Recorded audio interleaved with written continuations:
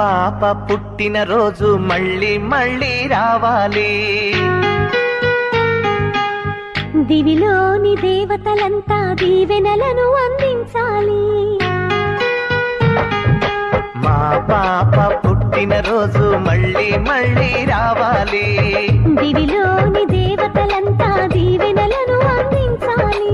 కోహినూరు వజ్రం కన్నా కోటి రెట్ల కాంతివి నువ్వే, మా కంటి పాపవు నీవమ్మా,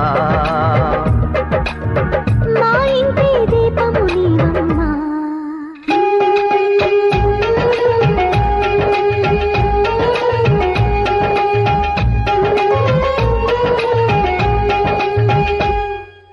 మా పాప పుట్టిన రోజు